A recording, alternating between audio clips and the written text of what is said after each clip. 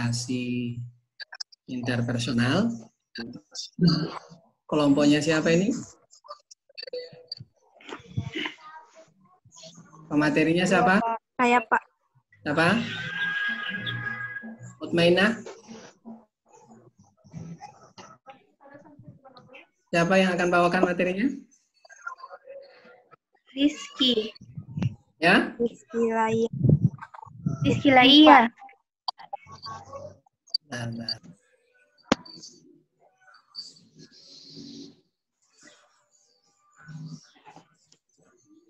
Oke, silakan materi komunikasi interpersonal dipresentasikan.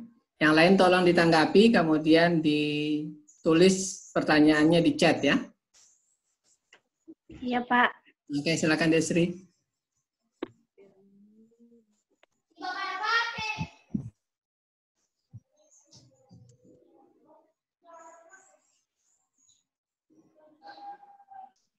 Assalamualaikum warahmatullahi wabarakatuh. Oke. Waalaikumsalam warahmatullahi wabarakatuh. Dari kelompok 2 ingin presentasi tentang jadi pengertian komunikasi interpersonal yaitu komunikasi interpersonal atau antar pribadi adalah komunikasi antara orang-orang secara yang materinya memungkinkan tidak tampil. atau antar pribadi adalah komunikasi antara orang-orang secara tatap muka yang memungkinkan setiap pesertanya menangkap reaksi orang lain secara langsung, baik verbal maupun non-verbal. Komunikasi itu menunjukkan bahwa pihak-pihak yang berkomunikasi berada dalam jarak yang dekat dan mereka saling mengirim dan menerima pesan baik verbal ataupun non-verbal secara simultan dan spontan. Komponen komunikasi interpersonal yaitu terbagi menjadi 8, yaitu yang pertama konteks atau lingkungan, yang kedua komponen sumber penerima, yang ketiga encoding atau decoding, yang keempat kompetensi komunikasi, yang kelima saluran, umpan balik, yang ketujuh gangguan, dan ke-8 efek komunikasi. Tujuan komunikasi interpersonal. Tujuan yang dilihat sebagai faktor-faktor motivasi atau sebagai alasan mengapa kita terlibat dalam komunikasi antar pribadi. Dengan demikian, komunikasi antar pribadi biasa mengubah sikap dan perilaku seseorang. Tujuan-tujuan yang dipandang sebagai hasil efek umum dari komunikasi antar pribadi. Dengan demikian, sebagai suatu hasil dari komunikasi antar pribadi adalah kita dapat mengenal diri kita sendiri, membuat hubungan lebih baik, bermakna, dan memperoleh pengetahuan tentang dunia luar. Fungsi komunikasi interpersonal, yaitu fungsi sosial dan fungsi pengambilan keputusan. Jenis-jenis komunikasi interpersonal terbagi menjadi 2, yaitu komunikasi diadik dan komunikasi tridiadik. Komunikasi diadik yaitu jenis komunikasi antar pribadi yang berlangsung antar 2 orang, di mana seorang yang bertindak sebagai komunikator atau pihak yang menyampaikan pesan dan seorang lagi yang menerima pesan. Dan komunikasi tridiadik yaitu jenis komunikasi antar pribadi yang pelakunya terdiri dari 3 orang atau lebih, di mana seorang yang menjadi komunikator lalu 2 orang lainnya sebagai pendengar atau komunikan. Tahapan komunikasi interpersonal yaitu sensasi, persepsi, memori, dan berpikir. Sensasi itu proses menangkap stimuli. Persepsi yaitu proses memberi makna pada sensasi sehingga manusia memperoleh pengetahuan. Persepsi mengubah sensasi menjadi informasi. Memori yaitu menyimpan informasi dan memanggilnya kembali. Dan yang keempat, berpikir, mengolah dan memanipulasikan informasi untuk memenuhi kebutuhan atau memberikan respons. Ciri-ciri komunikasi interpersonal yaitu mengenal secara dekat, saling memerlukan, pola hubungan antar pribadi yang ditunjukkan oleh adanya sikap keterbukaan di antara keduanya dan kerjasama. Sistem komunikasi interpersonal. Dalam sistem komunikasi interpersonal terdapat beberapa hal penting tentang interpersonal, konsep diri, atraksi interpersonal, hubungan interpersonal, etika komunikasi interpersonal. Fungsi komunikasi didasarkan pada kerjasama. Sebuah hubungan yang didasarkan pada berbohong, penyesatan, menahan informasi merupakan pelanggaran hubungan yang ada. Penyesatan merupakan hal lumrah, baik disengaja maupun tidak disengaja. Kelebihan dari komunikasi interpersonal, yaitu feedback antara komunikator dan komunikan akan diterima secara cepat dan dapat melihat pula reaksi yang menjadi komunikasi nonverbal dan komunikasi itu sendiri. Terdapat kedekatan emosional karena intensitas dalam berkomunikasi. Bisa mengurangi noise dalam berkomunikasi karena terjadi langsung dan bila ada gangguan bisa langsung dikonfirmasi. Dapat menyampaikan suatu pesan dengan hanya komunika verbal tanpa komunikasi verbal. Efektif karena menghemat waktu dan bisa dilakukan di mana saja dan kapan saja kita inginkan. Emosi atau perasaan antara komunikator dan komunikan lebih terlibat dan mengurangi kebohongan karena mimik wajah akan terlihat langsung oleh lawan bicaranya. Komunikasi tatap muka dapat dengan mudah membujuk lawan bicaranya karena adanya pengaruh komunikasi lain dan pengaruh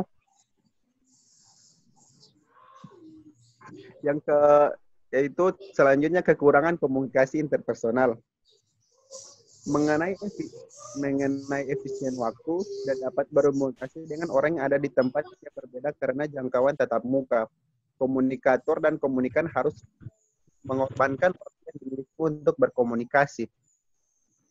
Jangkauannya yang sempit, maksudnya ialah individu-individu yang terbatas antara 2 orang saja atau antara kelompok kecil saja. Dari segi biaya, ada biaya yang harus ditanggung ketika berkomunikasi lewat internet. Adanya faktor kecepatan dan keluasan jaringan dalam pengaksesan informasi sehingga tidak terbatas untuk kita melakukan komunikasi dengan beberapa orang atau banyak orang. Hambatan dalam komunikasi interpersonal ini yaitu bahasa, budaya, kebenaran yang semu, penipuan, tujuan yang tidak jelas, salah paham, historis atau pengalaman, menganggap enteng lawan bicara, mendominasi pembicaraan, dan yang terakhir pihak ketiga. Thank you. Terima kasih, itulah presentasi dari kelompok 2 tentang komunikasi interpersonal. Apabila ada pertanyaan, mohon ditanyakan di chat. Assalamualaikum warahmatullahi wabarakatuh. Oke. Terima kasih. Sudah dipresentasikan. Baik, ada pertanyaan? Ini chatnya masih kosong.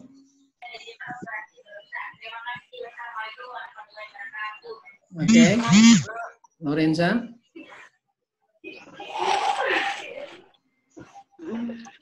Siapa yang mau bertanya?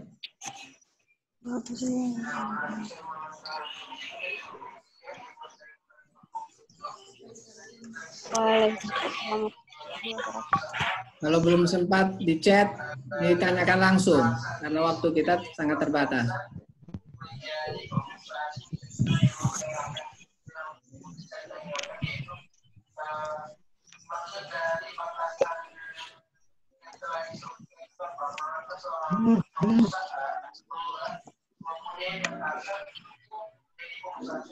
Oke, Nurjana Idrus, bagaimana konteks atau lingkungan dalam komunikasi interpersonal?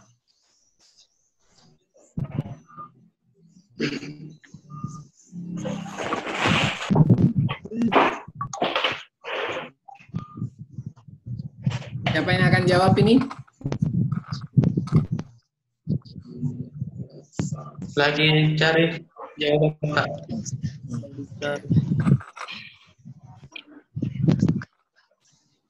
Bagaimana konteks atau lingkungan?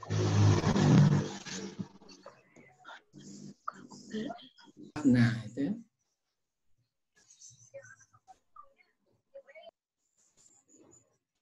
Oke, silakan dijawab.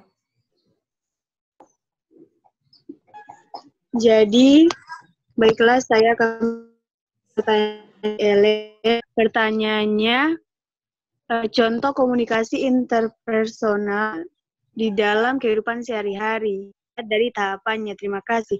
Contohnya seperti apa?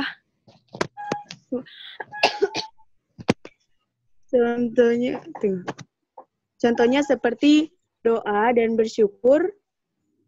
Kedua, introspeksi diri dan meninjau perbuatan kita. Yang ketiga, mengekspresikan diri dengan apa yang sedang kita rasakan. Keempat, menyalahkan diri sendiri. Dan yang paling terakhir yaitu misalnya berbicara dalam hati. Terima kasih. Oke. Tanggapannya dari Apakah Vola tadi? Baik, Randa? baik, baik. Terima kasih jawabannya, Afna. Yang maksudnya seperti dari contoh yang Anda sebutkan tadi, maksud saya itu, misalnya kan pada tahapan komunikasi interpersonal ini ada beberapa tahap. Yang pertama kan ada sensasi, persepsi, memori, dan berpikir. Nah, tolong saja jelaskan maksudnya bagaimana misalnya dalam sensasi, kan sensasi ini proses menangkap stimuli, maksudnya dalam komunikasi itu dia bagaimana? Begitu juga dengan persepsi, begitu. Bisa mengerti apa? Oke, nanti saya Ya. Jawab sekalian ya, hemat waktu. Ya. Tapi yang penting sudah Ya, ada Pak, terima yang bisa kasih. kita tangkap tadi. Oke, pertanyaan terakhir dari Fadila Ahmad. Tolong dijawab, mengapa histori atau pengalaman menjadi hambatan dalam komunikasi interpersonal? Padahal dengan adanya pengalaman, kita dapat berbagi pengalaman dengan lawan bicara. Siapa akan jawab pertanyaan dari Fadila?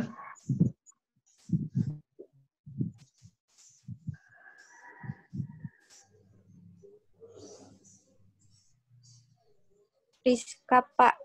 Nah, oke, Friska. Mana Friska? Friska. Assalamualaikum warahmatullahi wabarakatuh. Baiklah, saya akan menjawab pertanyaan dari Fadila.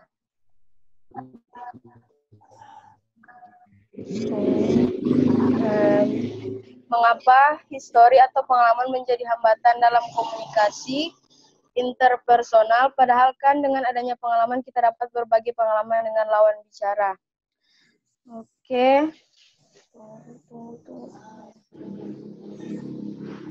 Pengalaman atau masa lalu yang dimiliki individu dapat menjadi hambatan karena masing-masing individu mempunyai pengalaman tersendiri sehingga menimbulkan persepsi berbeda dalam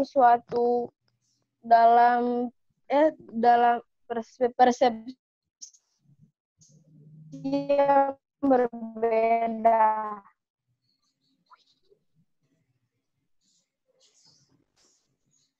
Gila, pendengar?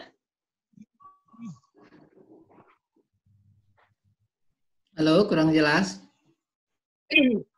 Kurang jelas, Rizka. Kasih dekat suaramu, kami.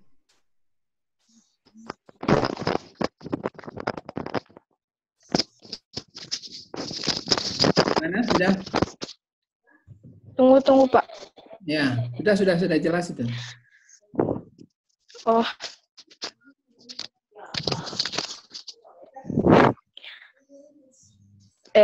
Pengalaman atau masa lalu yang dimiliki individu dapat menjadi hambatan karena perbedaan pengalaman yang dimiliki masing-masing individu dapat menyebabkan perbedaan dalam konsep serta persepsi terhadap sesuatu. Iya, kenapa itu? Ya, Pak. Kenapa bisa berbeda seperti itu? Karena kan masing-masing orang mempunyai pengalaman yang berbeda-beda. Jadi mereka mempunyai persepsi masing-masing terhadap sesuatu. Oke.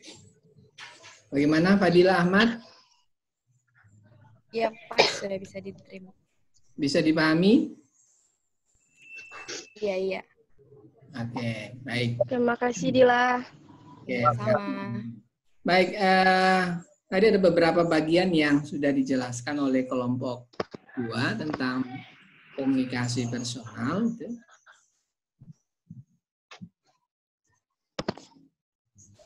Ada pertanyaan yang belum di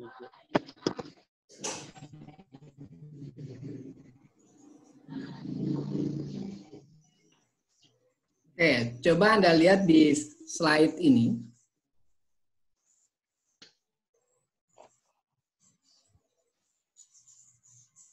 Bisa kelihatan? Ya. Iya, Pak. Oke. Saya ingin tanya pada saudara-saudara, siapa yang bisa, mungkin dari Arinci, gitu ya? Arinci, Suhun. Saya ingin tanggapannya, kalau Anda melihat slide ini, Anda melihat gambar apa? Oke, kita tinggal punya waktu 9 menit.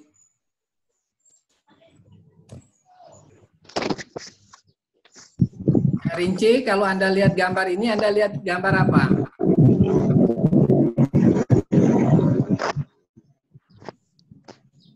Okta, kalau Anda lihat gambar ini, gambar apa?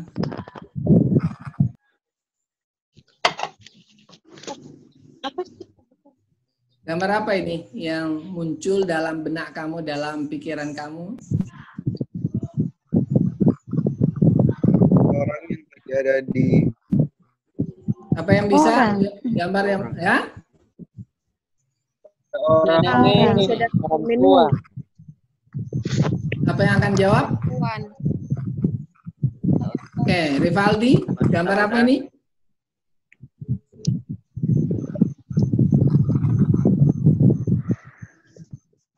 Gambar apa? Kalau saya gambar orang. Gambar orang. Apa yang jawab tadi? Merlin? Ya. Nah, Merlin gambar orang ya? Ya. Nah, gambar orang. Kalau bisa saya tahu usianya berapa? Usia gambar ini. Usianya remaja. Anak kecil, kayak mirip anak kecil. Ya? Masih anak-anak anggur. Masih anak-anak. Anak kecil. Kayak Ya? anak kecil, cuman kayak anak kecil tapi berpakaian. Oke. Oke, Merlin melihat bahwa gambar ini adalah gambar anak kecil. Ya? Ya, Kecil. Ada yang melihat bahwa gambar ini adalah orang tua? Beda. Bisa juga Nggak usah Pak, dicoret-coret, karena biasa sesuai dicoret. dengan Ada gambar ini Saya yang lihat adalah orang tua? ya bisa juga Pak, Bisa juga. Siapa yang bisa melihat? karena apa cara berpakaian, pakaiannya kayak ratu gini. Oke. Rabiatul ya tadi. Ya Pak. Baik. Itu persepsi. Sensasinya apa? Tadi sudah dibahas. Sensasi adalah melihat sesuatu objek. Sensasinya adalah objek ini. Ketika Anda diperhadapkan dengan suatu kondisi seseorang, gitu ya, dia lagi sakit, apa persepsi yang muncul? Sensasinya apa? Tampilan si pasien tadi. Tampilan daripada klien yang kita pilih. Nah, anggaplah gambar ini adalah tampilan orang. Person yang kita hadapi. Tampilan pertama adalah gadis. Ini adalah gambar gadis.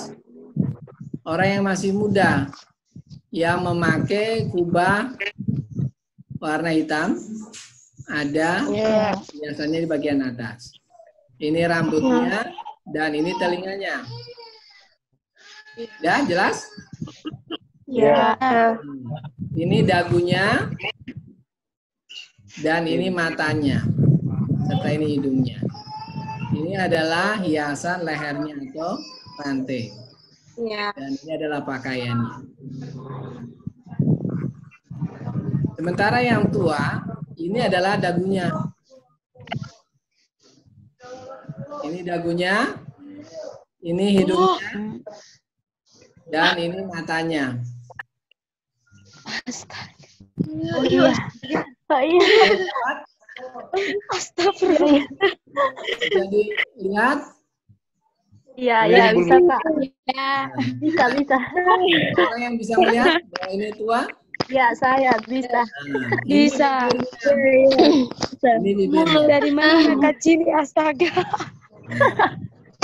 Jadi kalau sudah bilang, oh, itulah timbulnya persepsi. Oh. Kenapa? Karena sensasi yang sama belum tentu akan Kita belum dapat. persepsi yang sama. Ya. DP dagu itu Iya. tuh kan yang buta. Lihat dari jauh iki lihat jauh.